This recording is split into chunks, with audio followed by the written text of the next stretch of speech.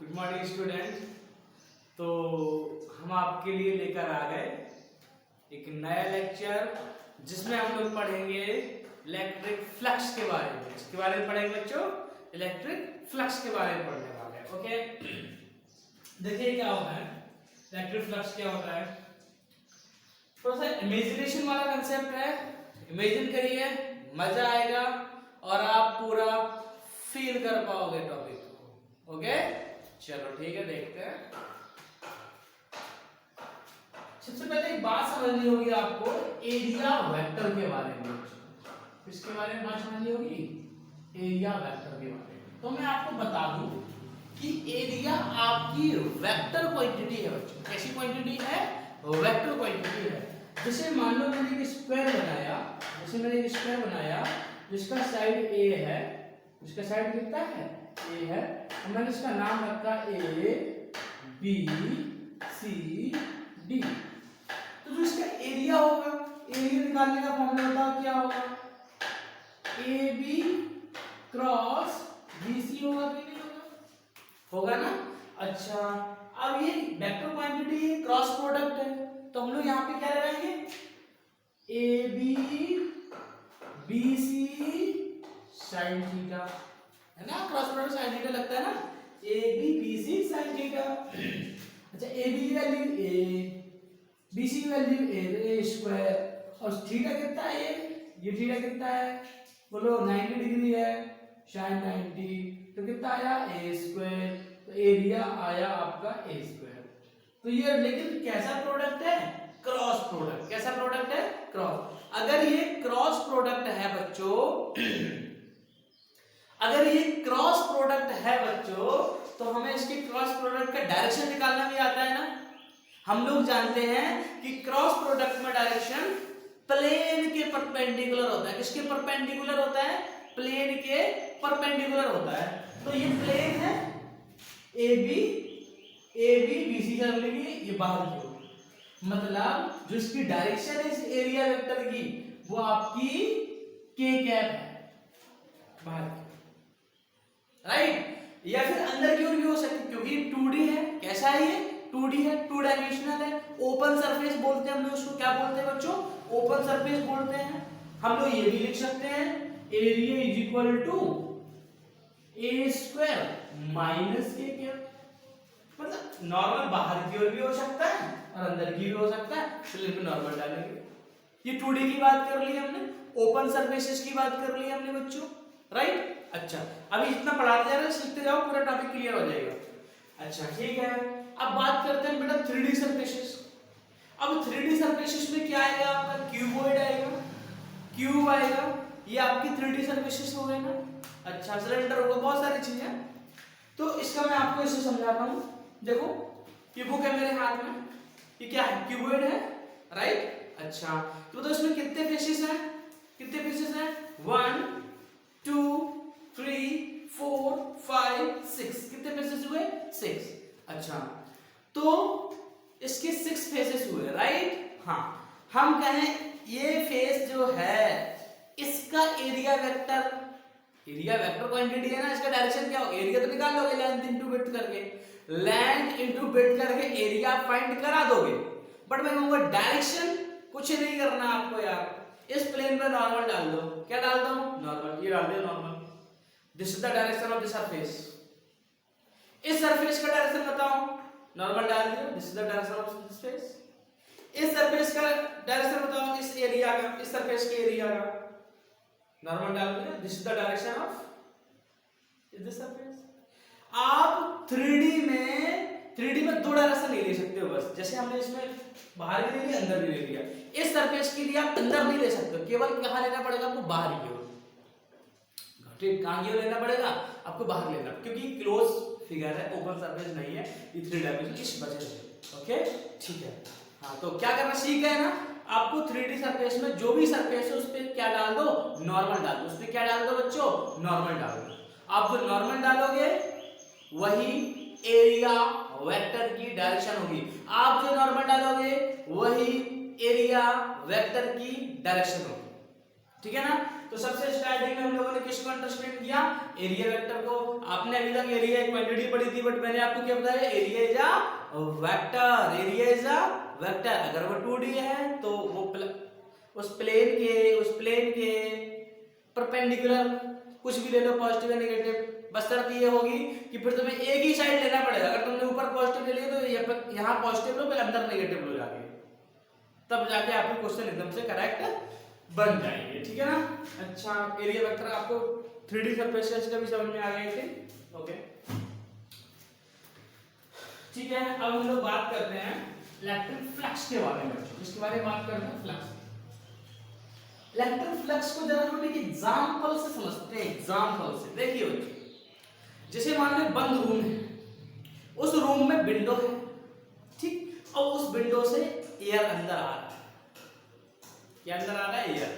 मैं बात कर रहा हूं एयर फ्लक्स के बारे में। किसके बारे में बात कर रहा हूं मैं? एयर फ्लक्स के बारे में। मतलब quantity of the air inside, मतलब हवा चल रही अंदर रूम में, कितनी एयर आ रही है, कितनी हवा आ रही है, किन चीजों पे डिपेंड करेगी? स्पीड ऑफ द एयर पे करेगी, राइट, कि कितनी तेज हवा चल रही है, स्लो चल रही है, थोड़ी कम आएगी, तेज चल रही है, ज्यादा एयर आएगी इस रूम में, राइट। तो स्पीड ऑफ द एयर, या हम लोग इसी बोले intensity of the air, intensity of the air. Okay, अच्छा, दूसरी बात किस पे डिपेंड करेगी? दूसरी बात करेगी एरिया ऑफ द विंडो पे। छोटी सी विंडो होगी, थोड़ी एयर आएगी, बड़ी सी विंडो होगी, ज्यादा एयर आएगी, राइट। तो एयर फ्लक्स की अगर हम बात करें, एयर फ्लक्स मतलब quantity of the air inside the room, quantity of the air inside the room किन चीजों पे डिपेंड कर रहा है? स्पीड ऑफ द एयर, या हम लोग बोले intensity of the air, and area of the window, right. अच्छा, अगर आप ये एग्जांपल समझ गए हो तो आपको इलेक्ट्रिक फ्लक्स भी समझ में आ जाएगा बच्चों। आप इलेक्ट्रिक फ्लक्स समझ गए हो, बिल्कुल समझ गए हो। इलेक्ट्रिक फ्लक्स क्या है? मान लो ये यहां से इलेक्ट्रिक फील्ड पास हो रहा है, इलेक्ट्रिक फील्ड है यहाँ पे। अब तुम जान रहे, मान लो यूनिफॉर्म इलेक्ट्रिक फील्ड है। कैसा है? यूनिफॉर्म इलेक्ट्रिक फील्ड है। तो तुम जान रहे लाइन इक्वी डिस्टेंस होगी, पैरेलल होगी, मतलब लाइन पैरेलल होगी ना, सारी लाइन स्ट्रेट लाइन होगी, पैरेलल होगी, इक्वी डिस्टेंस होगी, ठीक है ना। अच्छा, अब अपन ने ये भी पढ़ा था कि यदि इलेक्ट्रिक फील्ड की इंटेंसिटी बहुत ज्यादा है, यदि इलेक्ट्रिक फील्ड की इंटेंसिटी बहुत ज्यादा है तो लाइन पास होगी, मतलब लाइन डेंसिटी ज्यादा होगी। यदि इलेक्ट्रिक फील्ड की इंटेंसिटी कम है तो लाइन डेंसिटी कम होगी, राइट। ओके, अब देखो इलेक्ट्रिक फ्लक्स क्या है? इलेक्ट्रिक फ्लक्स है electric field lines passing through any area, the number of electric field lines passing through any area at right angle, मतलब क्या? समझो, जैसे ये इलेक्ट्रिक फील्ड यहां से पास हो रहा है, सोचो, इमेजिन करो, ये इमेजिन वाला कंसेप्ट है, इमेजिन करना ही पड़ेगा आपको बहुत अच्छे से, मतलब सुनो ध्यान से। ये इलेक्ट्रिक फील्ड है, सब स्ट्रेट लाइन, ये यहाँ पे, यहाँ पे, यहाँ पे, यहाँ पे, यहाँ पे, यहाँ पे, ठीक है। अच्छा, मैंने इसको ऐसे रख दिया, तो अब इस सरफेस से कितनी फील्ड लाइन परपेंडिकुलर पास हो रही है? कैसे पास हो रही हैं? परपेंडिकुलर पास हो रही हैं, वो आपका क्या कहलाएगा? Electric flux. Number of electric field lines passing through any area at right angle to the surface. Surface के राइट एंगल कितनी पास हो रही है? सरफेस के राइट एंगल कितनी लाइंस पास हो रही है? ये इस पर डिपेंड करेगा आपका इलेक्ट्रिक फ्लक्स। अच्छा, सोचो ज्यादा फ्लक्स कब पास होगा? ज्यादा फ्लक्स तभी पास होगा, ज्यादा फ्लक्स अभी पास होगा यदि इलेक्ट्रिक फील्ड की इंटेंसिटी बहुत ज्यादा हो, लाइन पास होंगी। सोचो, लाइन पास होगी तो ज्यादा लाइन पास नहीं हो जाएंगी। जैसे मान लो पहले लाइन दूर थी, 1 2 3 4, कितनी 3 पास होंगी। अब लाइन पास है, 1 2 3 4 5 6 7 8 9 10 पास हो गई, है ना। तो इलेक्ट्रिक फ्लक्स क्या है कि इस सरफेस से कितनी इलेक्ट्रिक फील्ड लाइंस गुजर रही, निकल रही है परपेंडिकुलरली। कैसे? परपेंडिकुलरली गुजर रही है, राइट। अच्छा, तो किस पर डिपेंड करेगा? Intensity of the electric field पे। किस पर डिपेंड करेगा? Intensity of the electric field पे करेगा। अच्छा बताओ, अब मान लो मैं इसकी जगह पे मैंने ये एरिया लिया, इलेक्ट्रिक फील्ड वही बहुत पास line, high electric field, high intensity. तो अब बताओ इससे कम गुजरेगा कि नहीं गुजरेगा? इससे कम गुजरेगा ना, इससे कम लाइन पास करेंगे।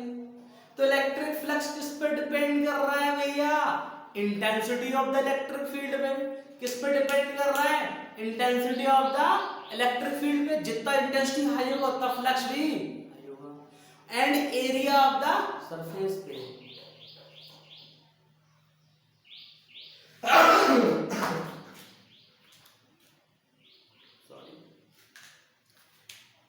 Intensity of the electric field and area of the surface, इन चीजों पर डिपेंड कर रहा है ना। ओके ठीक है, मैं इलेक्ट्रिक फ्लक्स को डिफाइन करता हूं।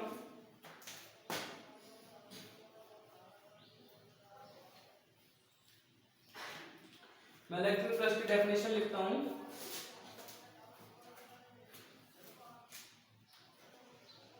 The flux linked with the flux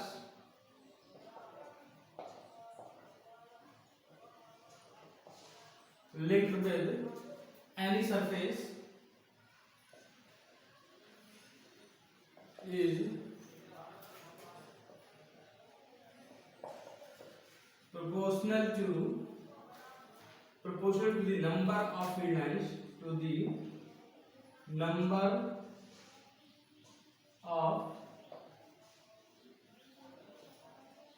field lines crossing any area, crossing any area at right angle.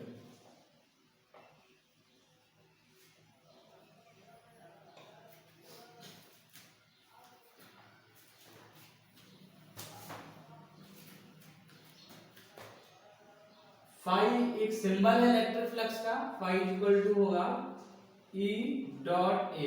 Area भी वेक्टर क्वांटिटी है, इलेक्ट्रिक फील्ड वेक्टर क्वांटिटी है, तो कौन सा प्रोडक्ट हो? ये स्केलर है। फ्लक्स कैसा है? स्केलर। तो ये कैसा प्रोडक्ट हुआ? स्केलर प्रोडक्ट हुआ, राइट। अच्छा, तो इलेक्ट्रिक फ्लक्स इक्वल टू क्या हुआ बच्चों? E a cos theta, E a cos theta.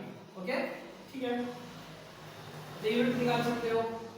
ये न्यूटन पर coulomb metre square, newton metre square पर कूलम, ये इसका यूनिट हो गया है ना। यूनिट न्यूटन मीटर स्क्वायर पर कूलम, राइट, ये यूनिट हो गया है ना, ये इसका टेंपरेचर। चलो इसको समझते थोड़ा और। देखो अगर बात करूं कि स्केलर प्रोडक्ट ही क्यों है, एक तो तरीका मैंने आपको इससे आप एक्सप्लेन कर सकते हो, बता सकते हो अपनी बात को कि इसमें इलेक्ट्रिक फील्ड और एरिया दोनों वेक्टर क्वांटिटी है और फ्लक्स स्केलर क्वांटिटी है। और फ्लक्स कैसी क्वांटिटी है? स्केलर। दो वेक्टर क्वांटिटी का जो प्रोडक्ट यदि स्केलर आता है तो कौन सा प्रोडक्ट होता है? स्केलर प्रोडक्ट होता है। इस वजह से ये स्केलर है। एक बात तो ये हो गई, ठीक है ना। ये हम लोगों ने फॉर्मूले में एक्सप्लेन कर दिया, मान लो फॉर्मूले को, ठीक। अच्छा भी कैसे है देखो बच्चों, ये कैसे है, मैं आपको ये फॉर्मूला ये कैसे बन गया, ये स्केलर प्रोडक्ट कैसे हुआ, मैं आपको ये समझा रहा हूं। ओके, लुक एट, मान लो आपका एक सरफेस है, ओपन सरफेस है 2D। ये इसका, अब तुम जानते हो कि ये इसकी क्या हुई? एक्सिस हुई। ये इसकी एक्सिस है, ठीक है, ये इसकी एक्सिस है। अच्छा, अगर ये इसकी एक्सिस है तो अपन जान गए अगर ये ओपन सरफेस है तो इसका एरिया वेक्टर ऊपर भी आएगा और नीचे भी आएगा, जो भी आप लेना चाहो, बट एक बार चूज कर लो फिर वही लेना पड़ेगा आपको for the right answer. Okay ठीक है। अच्छा, ये इसका क्या है बच्चों? ये इसका रेडियस है। R is the radius of this open surface, circular ring hole. अब मान लो बच्चों इलेक्ट्रिक फील्ड ये सेटअप है, this is the setup of the electric field, मतलब इस डायरेक्शन में इलेक्ट्रिक फील्ड ये डायरेक्शन है। इस सरफेस से जो एंगल बना रहा है वो थीटा बना रहा है। सरफेस से बनाने वाला एंगल कितना है? थीटा। सरफेस से बनने वाला एंगल कितना है बच्चों? Theta angle. ठीक है ना? अच्छा, अब तुम्हें निकालना है फ्लक्स। तुम्हें क्या फाइंड कराना है? Electric flux. अब हम लोग जानते हैं कि इलेक्ट्रिक फ्लक्स जो होता है वो directly proportional to the intensity of the field होगा। मैंने आपको एक्सप्लेन किया था कि जितनी ज्यादा लाइन पास होगी उतनी ज्यादा सरफेस से पास करेगी। Directly proportional to the intensity of the field and directly proportional to the area of the surface. जिस सरफेस से पास हो रहा है, देखो मैंने आपको बताया था कि इससे कम गुजरा था, इससे कम पास हो रहा था, है ना, और इससे ज्यादा पास होगा अगर फील्ड लाइन पास क्योंकि इसका एरिया ज्यादा हो गया, राइट। इलेक्ट्रिक फील्ड लाइन ज्यादा पास हो गई है ना, हाँ, तो डायरेक्टली प्रोपोर्शनल टू द क्या हो गया? एरिया। तो बच्चों फॉर्मूला क्या बनना चाहिए था? According to this E into A बनना चाहिए था, E into A। ठीक है, ये फॉर्मूला होना चाहिए था, लेकिन E A cos थीटा कैसे हो गया? इस बात को समझते हैं हम लोग जरा। देखिए ये सिचुएशन देखो आप, ये सरफेस है, इसमें ये इसका क्या है? एरिया वेक्टर है, जिसका डायरेक्शन ऑफ एरिया वेक्टर या हम लोग बोलते हैं ए कैप। ठीक है, अच्छा, ऊपर की ओर डायरेक्शन एरिया वेक्टर का ले लिया हमने पॉजिटिव। अब बताओ, अगर ये इलेक्ट्रिक फील्ड, इसके दो कंपोनेंट हो सकते हैं। इलेक्ट्रिक फील्ड है, इसके दो कंपोनेंट कर सकते हैं हम लोग, थीटा है। ठीक है, तो यहाँ पे ये क्या हो जाएगा? थीटा है, तो इलेक्ट्रिक जो अपन को एंगल लेना है किस किस के बीच में लेना है? इलेक्ट्रिक फील्ड और एरिया वेक्टर के बीच का। किस किस के बीच का एंगल लेना है? इलेक्ट्रिक फील्ड और एरिया वेक्टर के बीच का। ओके, किस किस के बीच का लेना है? इलेक्ट्रिक फील्ड और एरिया वेक्टर के बीच का। अच्छा बताओ, तो अगर ये एंगल थीटा है तो ये कितना होगा बच्चों? 90 माइनस थीटा होगा ना? कितना होगा ये? 90 माइनस थीटा, है ना? अच्छा, अगर ये 90 माइनस थीटा है तो इसका कंपोनेंट इलेक्ट्रिक फील्ड का, यहाँ पे हम लोग क्या बोल सकते हैं? E cos 90 माइनस थीटा, और यहाँ पे हो जाएगा ये E sin 90 minus theta, right. तो अल्टीमेटली आपको क्या करना है? किस किस के बीच का लेना है? इलेक्ट्रिक फील्ड और एरिया वेक्टर के बीच का एंगल लेना है। मैं थोड़ी आपको कंफ्यूजन को थोड़ा सा जल्दी से करेक्ट करता हूं। जैसे मान लो सपोज दैट ये आपका कोई प्लेट है, ठीक है, जिसका आपने देखा कि this is the area vector, ये आपका क्या है? एरिया वेक्टर है, और इलेक्ट्रिक फील्ड आपका ये लग रहा, ठीक, इलेक्ट्रिक फील्ड ये लग रहा, एंगल कितना है? थीटा। एंगल कितना है बच्चों? थीटा है, ठीक है। ये एरिया वेक्टर इसके परपेंडिकुलर हुआ। अच्छा, अब इसको दो कंपोनेंट करा दो, ये हो जाएगा तुम्हारा E cos थीटा और ये हो जाएगा तुम्हारा E sin थीटा। अब आ जाओ डेफिनेशन पे। इस बात को अपन इसे क्वेश्चन बनेगा, मैं क्वेश्चन बनाऊंगा। आप इस बात को यहां से बहुत अच्छे से क्लियरली समझ सकते हैं, पर आपको ये भी समझ में आ जाएगा, कोई दिक्कत नहीं है। देखो, अच्छा इससे समझो, ये सरफेस है, इस टाइप से रखी है मैंने, ऐसे रखी है, ठीक है। ये तो इसका क्या है? एरिया वेक्टर इसी डायरेक्शन में होगा। मैंने नॉर्मली सिखाया था आपको, सरफेस पे नॉर्मल डालो, ये डायरेक्शन एरिया वेक्टर हो गया, ठीक। अच्छा, अगर इस डायरेक्शन एरिया वेक्टर होगा, इलेक्ट्रिक फील्ड नीचे की ओर है, ये इलेक्ट्रिक फील्ड है, ये इलेक्ट्रिक फील्ड है, राइट। अच्छा, तो इसके दो कंपोनेंट करा दिया हमें, थीटा एंगल बनाना था। सरफेस से कितना एंगल बना रहा था? सरफेस एरिया वेक्टर से, किससे? एरिया वेक्टर से। एरिया वेक्टर से थीटा एंगल बना रहा था, तो दो कंपोनेंट E cos थीटा और ये क्या हो गया? E sin theta. तो E cos थीटा देखो ऐसे निकला, परपेंडिकुलर निकला, E sin थीटा ऐसे निकला। देखो, ये था इलेक्ट्रिक फील्ड ऐसे इस टाइप से, ये E cos थीटा हो गया, ये वाला E sin थीटा हो गया। तो क्या ये इससे परपेंडिकुलर पास हो रहा है E sin theta? Electric field का जो E sin थीटा वाला कंपोनेंट है, क्या इसके परपेंडिकुलर पास हो रहा है? आंसर है नो। अब इलेक्ट्रिक फ्लक्स की डेफिनेशन में क्या लिख रखा है?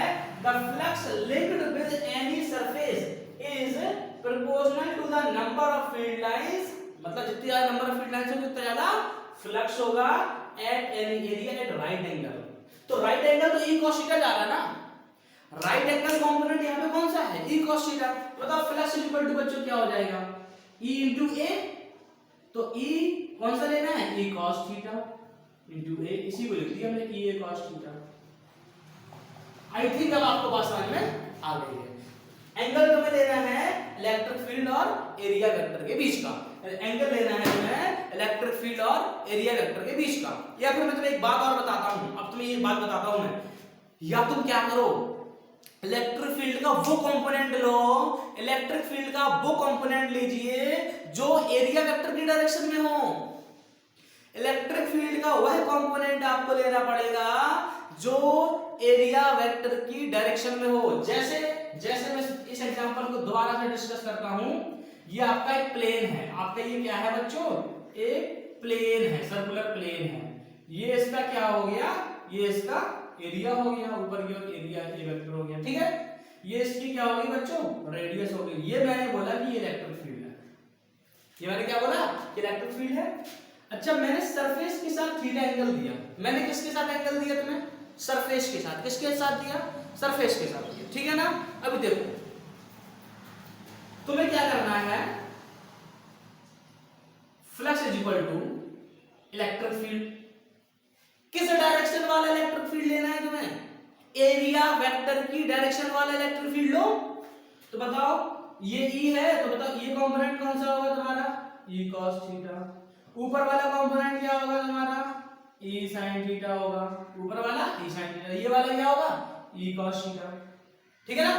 तो बताओ एरिया वेक्टर डायरेक्शन में कौन सा कंपोनेंट E sin थीटा है ना, तो flux is equal to E a sin theta, right है, this is the right, okay. अच्छा, अब जैसे मान लो तुम्हें डायरेक्ट फॉर्मूले में पुट करना है E a cos, अब तुम पहले से ही फॉर्मूला रख रहे हो, तो थीटा फिर तुम्हें किसके बीच का लेना है, एरिया वेक्टर और इलेक्ट्रिक फील्ड का। तो अगर ये थीटा है तो ये कितना होगा बच्चों, 90 माइनस थीटा। तो यहां पे तुमने कितना लिया, 90 माइनस थीटा, तो 90 माइनस थीटा क्या बन जाएगा, sin theta, E a sin theta. This is the whole understanding. आपको क्या करना है यार, अगर आप इस फॉर्मूले में पुट करा रहे हो, अगर आप इस फॉर्मूले में पुट करा रहे हो, तो थीटा तुम किसके बीच करोगे, इलेक्ट्रिक फील्ड और एरिया वेक्टर, इलेक्ट्रिक फील्ड और एरिया वेक्टर, ठीक है ना। अच्छा, आपको अंडरस्टैंडिंग चाहिए, तो आप क्या करो कि इलेक्ट्रिक फील्ड हमेशा किस डायरेक्शन वाला लेना है आपको, एरिया वेक्टर की डायरेक्शन वाला इलेक्ट्रिक फील्ड आपको लेना होगा। आई थिंक आपको चीजें क्लियर हुई होगी। अब मैं आपको 2 क्वेश्चन कराता हूं जिससे आपको चीजें सारी क्लियर हो जाएगी। ओके बच्चों, ठीक है, नोट कर लेना, पॉज करते हैं।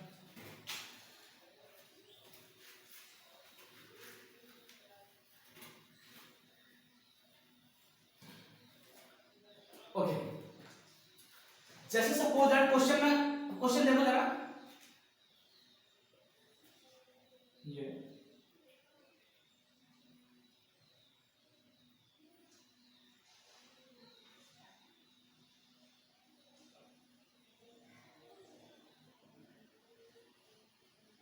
ठीक है, ये आपका एक मैंने क्यूब रखा है और मैंने कहा कि इलेक्ट्रिक फील्ड है 200 आई कैप। कितना इलेक्ट्रिक फील्ड मैंने दे दिया, 200 आई कैप। मतलब इलेक्ट्रिक फील्ड किस डायरेक्शन में लग रहा है, एक्स एक्सिस पे। कैसा है इलेक्ट्रिक फील्ड, यूनिफॉर्म है। कैसा है इलेक्ट्रिक फील्ड, यूनिफॉर्म है, ठीक है ना। अच्छा, ये स्क्वायर, इस क्यूब का जो साइड मैंने बोला ए है, साइड मैंने कितना बोला बच्चों, ए। अच्छा, कितनी दूर रखा है इस एक्सिस से, ओरिजिन से कितनी दूर रखा है, ए डिस्टेंस दूर रखा है, ए डिस्टेंस दूर रखा है, और ये आप इसका साइड भी ए है।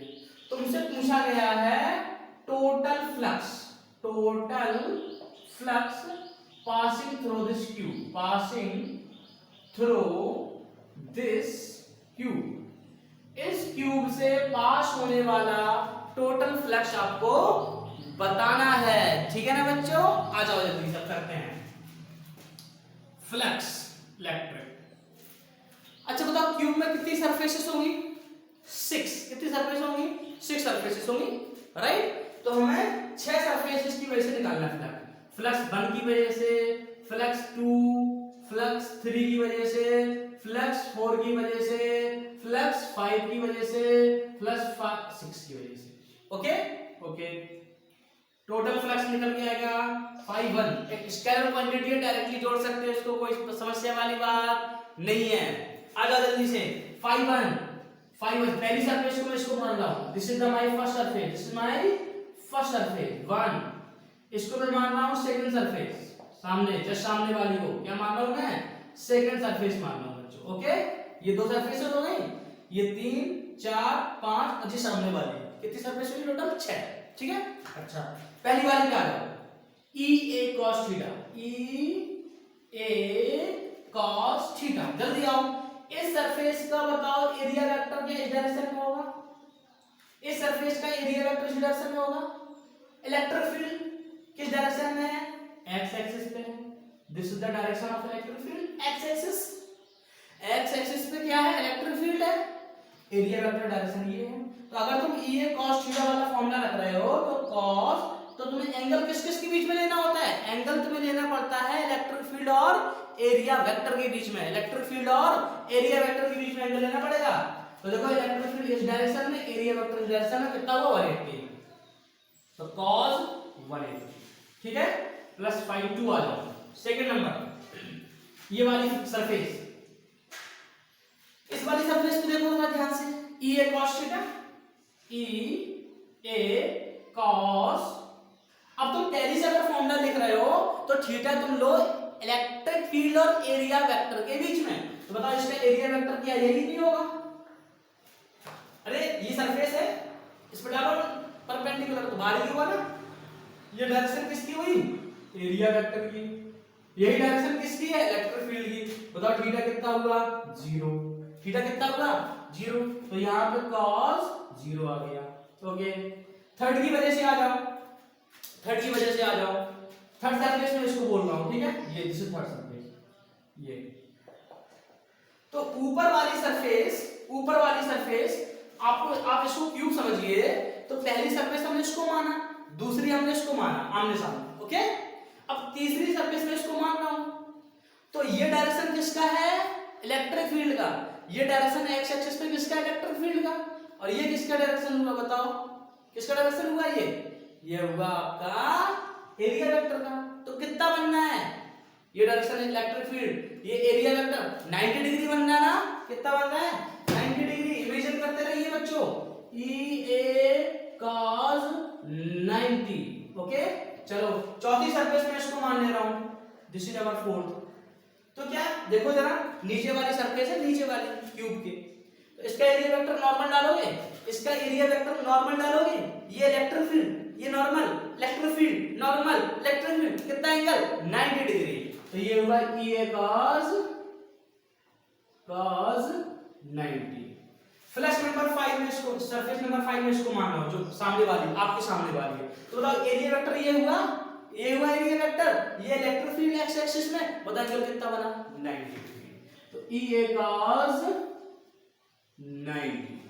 ओके, ये cos 90। अब उसके सामने वाली, ये थी सामने वाली तुम्हारी, इसके ये हुआ एरिया वेक्टर, देखो ये हुआ एरिया वेक्टर, ठीक है, ये इलेक्ट्रिक फील्ड, ठीक।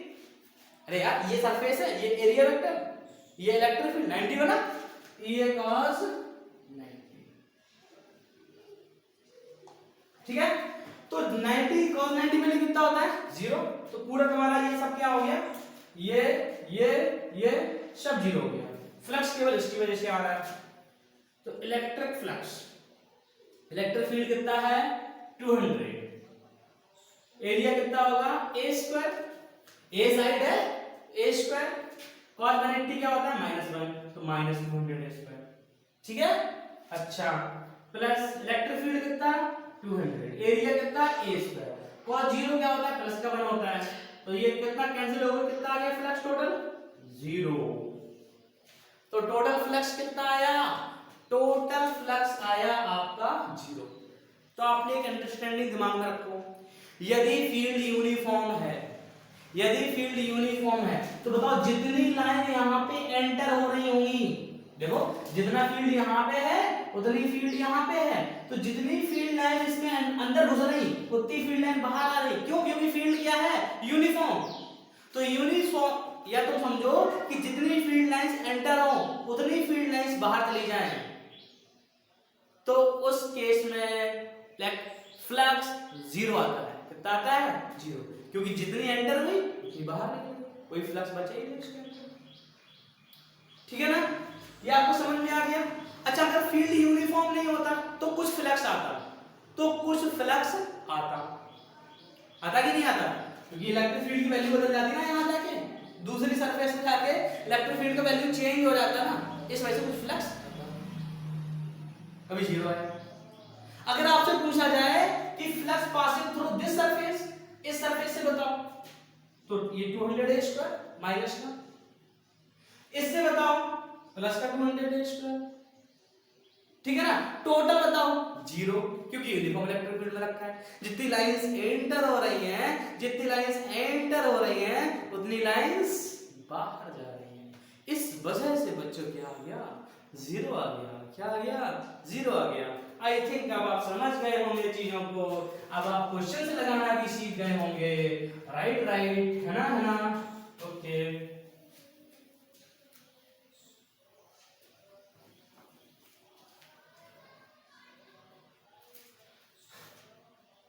एक और डिस्कशन स्टार्ट करते हैं। मान लो इलेक्ट्रिक फील्ड वही है 200 आई कैप यूनिफॉर्म है, ठीक है ना? तो ये सिलेंडर मैंने रखा है इसमें, कितनी रेडियस है इसकी? Are radius. कितनी रेडियस है?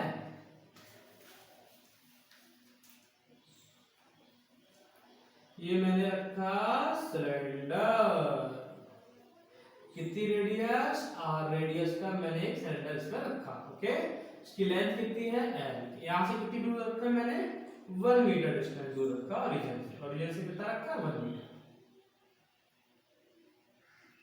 ठीक, अब इससे निकलने वाला फ्लक्स बताओ। यूनिफॉर्म फील्ड है तो तुम्हारा आंसर पहले पता लग गया, जीरो आना चाहिए। कितना आना चाहिए? जीरो। चलो देखते जरा। देखो, एक तो सरफेस ये हुई आपकी सरफेस नंबर 1, इसको मैंने बोल दिया सरफेस नंबर 2, और ये जो पूरी कर्व है, ये कर्व वाली, ये कौन सी सरफेस है? Third curve surface. कैसी सरफेस? कर्व। तो आ जाओ जल्दी से। टोटल फ्लक्स की अगर हम लोग बात करें तो phi1 phi2 and phi3। Okay, अच्छा, इसको मैंने बोला इस सरफेस को, जो कर्व है ना, इसको मैंने बोला तीसरी सरफेस। phi1 बोलो जल्दी से, phi1 बोलो कितना होगा? E(A)(1). अब बताओ, ये रखा सिलेंडर, तो इसका एरिया वेक्टर यहां की ओर होगा, नॉर्मल डाल दो, एरिया वेक्टर यहां हो गया, इलेक्ट्रिक फील्ड ये लगा, कितना बना? 180, E(A) cos 180 प्लस phi2, जे डायरेक्शन एरिया वेक्टर की है, जे डायरेक्शन किसकी है? इलेक्ट्रिक फील्ड की, क्योंकि आई कैप लिखा है एक्स एक्सिस, तो थीटा कितना बना? 0, तो E(A) cos 0। और थर्ड नंबर का बोलो, थर्ड नंबर का ये सरफेस है, इस पे ये डाला normal, this is the normal, right? ये नॉर्मल है, तो बताओ सरफेस से कितना एंगल? इलेक्ट्रिक फील्ड ये डायरेक्शन में, ये नॉर्मल हुआ तो 90 बना रहा है ना, तो E(A) cos 90। ठीक है ना, ये तो 0 हो गया। चलो वैल्यू पुट करा दो जल्दी से। इलेक्ट्रिक फील्ड की 200 है, एरिया तुम्हारा पाई आर स्क्वायर बनेगा। इस सरफेस का एरिया कितना होगा? पाई आर स्क्वायर ही तो होगा। अरे इस सरफेस का पाई आर स्क्वायर ही तो होगा। हाँ, तो 200 पाई आर स्क्वायर, नेगेटिव 180 है ना, तो माइनस। ओके, phi2 का बोलो, फ्लक्स नंबर 2, इलेक्ट्रिक फील्ड कितना? 200, एरिया कितना? एरिया पाई आर स्क्वायर और पॉजिटिव कैंसिल हुआ, टोटल फ्लक्स कितना आया? 0। क्योंकि जितनी फील्ड लाइंस एंटर कर रही हैं उतनी फील्ड लाइंस बाहर निकल रही हैं, इस वजह से आ रहा है बच्चों 0। अब मुझे कुछ नहीं करना। अब मान लो मैंने इलेक्ट्रिक फील्ड ऐसे ले लिया होता, आपको चीजें समझ में आ गई, 200 x आई कैप, तो क्या ये फील्ड यूनिफॉर्म है? नहीं है ना, x के साथ चेंज हो रहा है। मतलब ओरिजिन से तुम जितनी दूर जा रहे हो, जैसे 2 मीटर, तो 2 लिख देना, ठीक है? अगर ओरिजिन से तुम 1 मीटर गए तो यहाँ पे कितना x और कितना लिख दोगे? 1 लिख दोगे। यहाँ वैल्यू पुट करा दो, आपके आंसर आ गया।